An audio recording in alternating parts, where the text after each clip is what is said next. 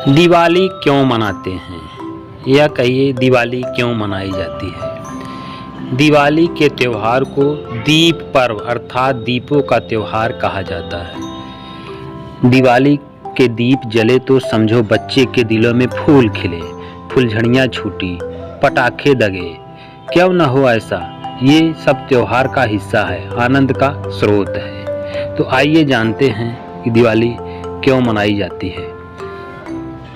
दीप पर्व अथवा दिवाली, इसके पीछे अलग अलग कहानियाँ हैं, अलग अलग परंपराएं हैं। कहते हैं कि जब भगवान श्री राम 14 वर्ष के वनवास के पश्चात अयोध्या नगरी लौटे थे, तब उनकी प्रजा ने मकानों की सफाई की और दीप जलाकर उनका स्वागत किया। दूसरी कथा कि जब भगवान श्री कृष्ण ने राक्षस नरकासुर का वध करके प्रजा को उनके आतंक से मुक्ति दिलाई, तो द्वारका के प्रजा ने दीपक जलाकर उनको धन्यवाद किया। ऐसे बहुत सारी परंपराएं हैं, जो भी कथा हो, लेकिन यह बात निश्चित है कि दीपक आनंद प्रकट करने के लिए जलाए जाते हैं, खुशियां बांटने का काम करते हैं। भारतीय संस्कृति में दीपक को सत्य और ज्ञान का द्योतक माना जाता है, क्योंकि वो सत्य स्वयं जलता है पर दूसरों को प्रकाश देता है। दीपक की इसी विशेषता के कारण धार्मिक पुस्तकों में उसे ब्रह्मा स्वरूप माना जाता है। ये भी कहा जाता है कि दीप दान से शारीरिक एवं आध्यात्मिक शक्ति प्राप्त होती है। जहाँ सूर्य का प्रकाश नहीं पहुँच सकता, वहाँ दीपक का प्रकाश पहुँच जाता है। दीपक को सूर्य का भाग कहते हैं। धार्मिक पुस्तक स्कंद पुराण के अनुसार दीपक का जन्म यज्ञ से हुआ है। यज्ञ देवताओं और मनुष्य के मध्य संवाद साधने का माध्यम है। यज्ञ की अग्नि से जन्मे दीपक पूजा का महत्वपूर्ण भाग है। जब सूर्य का जन्म हुआ, तब उसने संपूर्ण दिवस संसार को अपने प्रकाश में आलोकित किया। जैसे जैसे उसके अस्त होने का समय समीप आने लगा, उसे ये चिंता होने लगी कि अब क्या होगा। उसके अस्त होने के पश्चात दुनिया में अंधकार फैल जाएगा। कौन मानव के काम आएगा, कौन उन्हें रास्ता दिखाएगा। सहसा एक आवाज़ आई, आप चिंतित ना हो, मैं हूँ ना, मैं एक छोटा सा दीपक हूँ, पर प्रातःकाल तक अर्थात आपके उदय होने तक मैं आपके प्रकाश देने का प्रयत्न करूँगा। दीपक का आरंभ कब हुआ, कहाँ हुआ, ये निश्चित रूप से कहना कठिन है। अनुमान है कि प्राचीन समय में जब मानव ने अग्नि की खोज की होगी, तभी दीपक अस्तित्व में आए होंगे।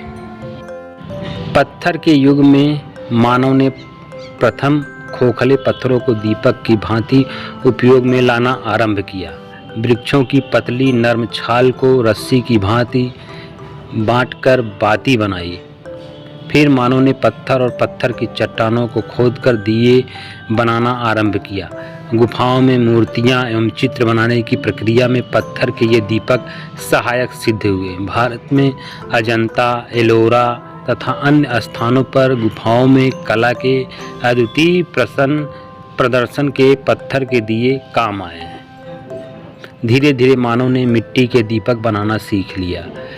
धीरे धीरे जैतून, सरसों और शीशम के तेल उपयोग में लाया जाने लगा।